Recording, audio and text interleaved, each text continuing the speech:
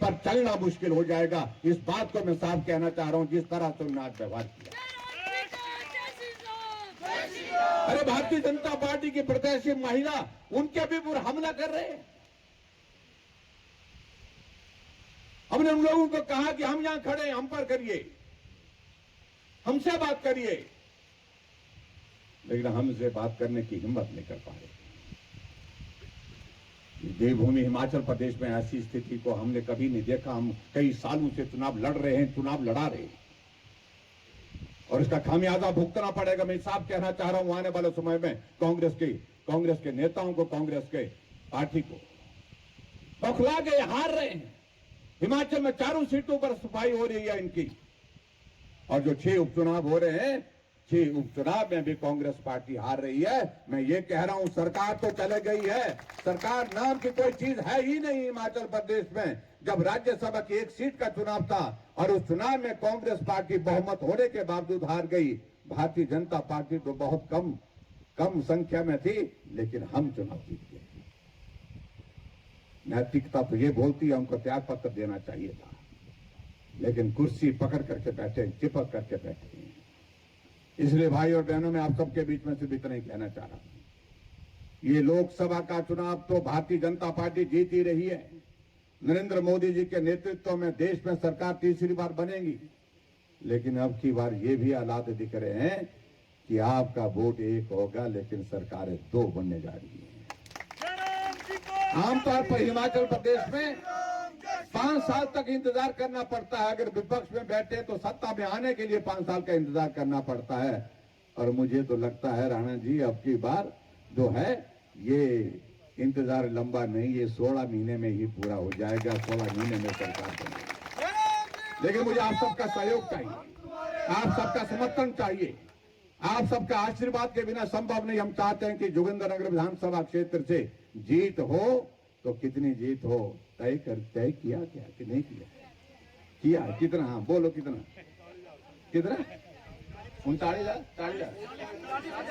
40,000 भाई ठीक बोलना। तो मैं आप लोगों का फोटो खींच करके रखूंगा दिन में बोला है। हाँ ये तो ही बात ना, मंत्री तब बनेंगे जब सरकार बनेगी, तो 40 पार करो। और इसलिए मैं आप सबके बीच में इतने कह रहा हूं, बहुत जल्दी कंगना जी भी आप सबके कार्यक्रमों में आने वाली है यहाँ पर जोगिंद्रनगर में। मैं यही कहूंगा कि बहुत शानदार जीत हुई है, बहुत शानदार जीत हुई है। पिछले 2 चुनावों में 2014 के 2019 में रामस्वरूप जी 4,05,000 वोटों से जीते थे, और उसमें आपने यहां से 36,000 का आंकड़ा छुआ था। अब की बार इसको और बढ़ाइए, इसको 40 तक ले जाइए, और मेरा आपको निवेदन है कि होगा। और ज्यादा ना मैं कहते हुए, जहां देश में सरकार नरेंद्र मोदी जी के नेतृत्व में बन रही है, तो मैं नारा लगाऊंगा देश के लिए, अब की बार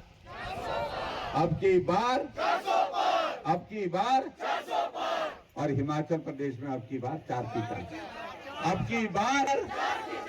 और यहाँ जोगिंद्रनगर में हमारे इस विधानसभा क्षेत्र के हमारे लोकप्रिय विधायक, जो आपकी सेवा में लगातार समर्पण के भाव के साथ काम कर रहे हैं, ऐसे हमारे प्रकाश राणा जी, हमारे बीच में पंकज जम्वाल जी, मंडल के अध्यक्ष सकलानी जी, मंच पर बैठे सभी पार्टी के पदाधिकारी, उपस्थित सभी भाइयों बहनों, नौजवान साथियों और पत्रकार मित्रों, मैं क्षमा चाहूंगा कि मौसम बहुत खराब होने की वजह से हम आप सबके बीच में पहुंचने में थोड़ा देर भी हुए, और आप सब लोगों ने इंतजार किया। मुझे मालूम पड़ा कि यहाँ पर भी तूफान आया था, और यहाँ आप सब लोगों को भी बहुत परेशानी हुई। मैं बहुत लंबी बात नहीं करूंगा, किसी और दिन आएंगे तो और बातें करेंगे, लेकिन मैं इतना जरूर, घोटाला, सब जगह घोटाला ही घोटाला।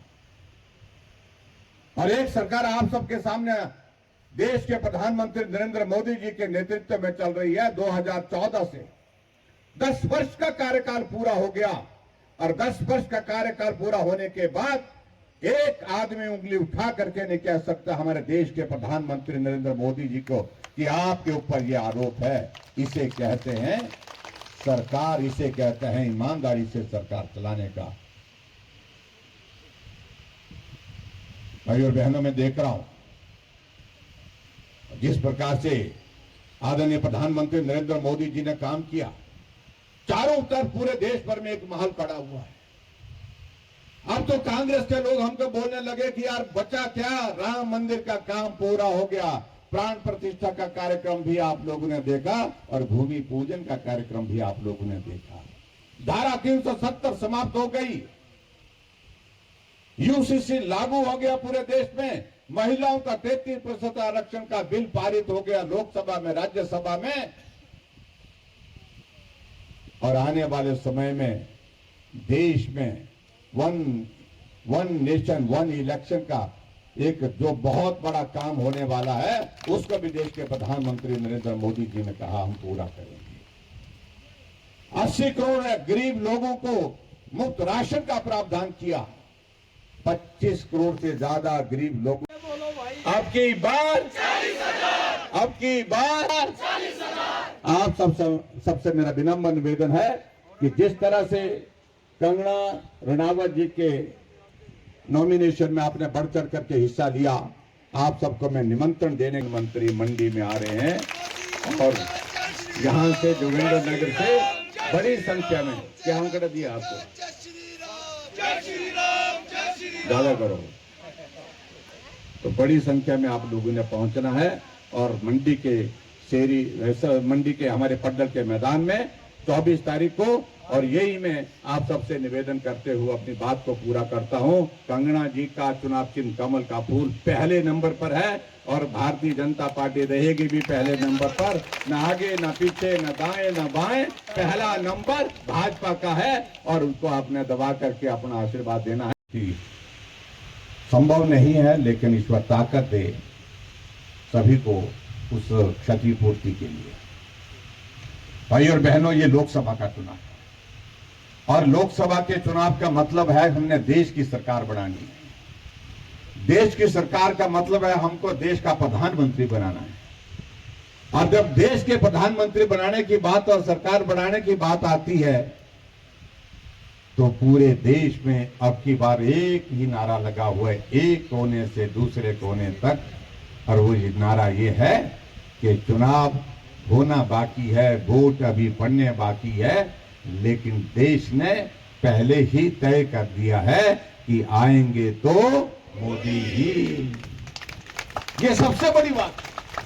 आज तक हमने चुनाव जितने भी लड़े उसमें यह होता था, हम बोलते थे हम आएंगे, दूसरे बोलते थे हम आएंगे। अब की बार हम बोलते हम आएंगे, दूसरे वाले बोलते ही नहीं है हम आएंगे, क्योंकि हालात ऐसे कर दिए उनके।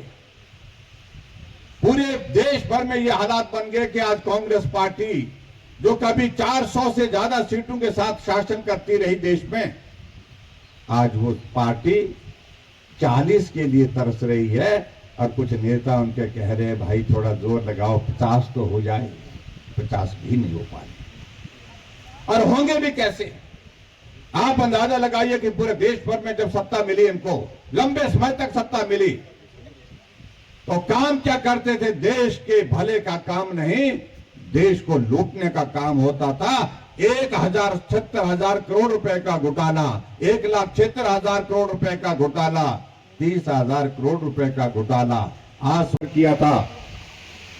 लेकिन सरकार के कहने पर हमारे से थोड़ी दूर दूसरा कांग्रेस पार्टी के नेता कोई नहीं आ रहा था, लेकिन उनका कार्यक्रम के लिए वहां पर परमिशन दे दी जानबूझ करके। हमें मालूम पड़ा जैसे हम वहां पर पहुंचे कि कांग्रेस के लोग आपकी सभा में दखल डालना चाह रहे हैं, गुंडागर्दी करना चाह रहे हैं। मैंने उसी वक्त एसपी को फोन किया कि हमारी आशंका है, हमारे पास ऐसा इनपुट है कि कांग्रेस पार्टी वाले जो जिनको परमिशन यहां गलत तरीके से दी गई है, जब एक जगह हमको परमिशन दी है तो उनको परमिशन नहीं होनी चाहिए थी। हमने कहा आप जिम्मेवार होंगे अगर कुछ यहां पर हुआ तो। अभी हमारी सभा समाप्त नहीं हुई थी, हम भाषण दे रहे थे, कांग्रेस के नेता झंडे झंडे हाथ में लेकर के आ गए, काले झंडे लेकर के आ गए और नारे लगाते रहे। वहां पर पुलिस के 5-4 आदमी थे वहां पर, और हमने अपने साथियों को शांत रहने के लिए कहा। हमने कहा हम कुछ नहीं करेंगे, और हमारी सभा को भी उन्होंने डिस्टर्ब किया। और उसके बाद जब हम हेलीकॉप्टर की तरफ आगे बढ़ने लगे, हमारा काफिला वहां सड़क में से गुजरने लगा, गाड़ियों को रोका गया और गाड़ियों को रोकने के साथ गाड़ियों पर पथराव किया, नारे लगाए, हमारी गाड़ियों को तोड़ने की कोशिशें की। और आगे बढ़कर के मैं ये कहूं कि हमारा एक नौजवान जिसका पांव टूट गया है, ये देवभूमि हिमाचल प्रदेश से किस तरह से कांग्रेस की गुंडागर्दी सामने आ रही है। हमने चुनाव आयोग को शिकायत करने के लिए कहा है अपनी पार्टी के नेताओं को, और हमने कहा कि इस बारे में कार्रवाई होनी चाहिए, इस मामले में एफआईआर भी होनी चाहिए, जो दोषी लोग हैं उनके खिलाफ मामला भी दर्ज होना चाहिए। और जो जिनके इशारे पर किया, और ये जो किया कांग्रेस के बड़े नेताओं के इशारे पर नहीं, तो किसी की हिम्मत नहीं होती थी ऐसा करने के लिए। ये शुरुआत उनने की है। अगर ये शुरुआत इस तरह से रहेगी, अगर हम भी इस तरह से करने पर आ जाएंगे, मैं क्या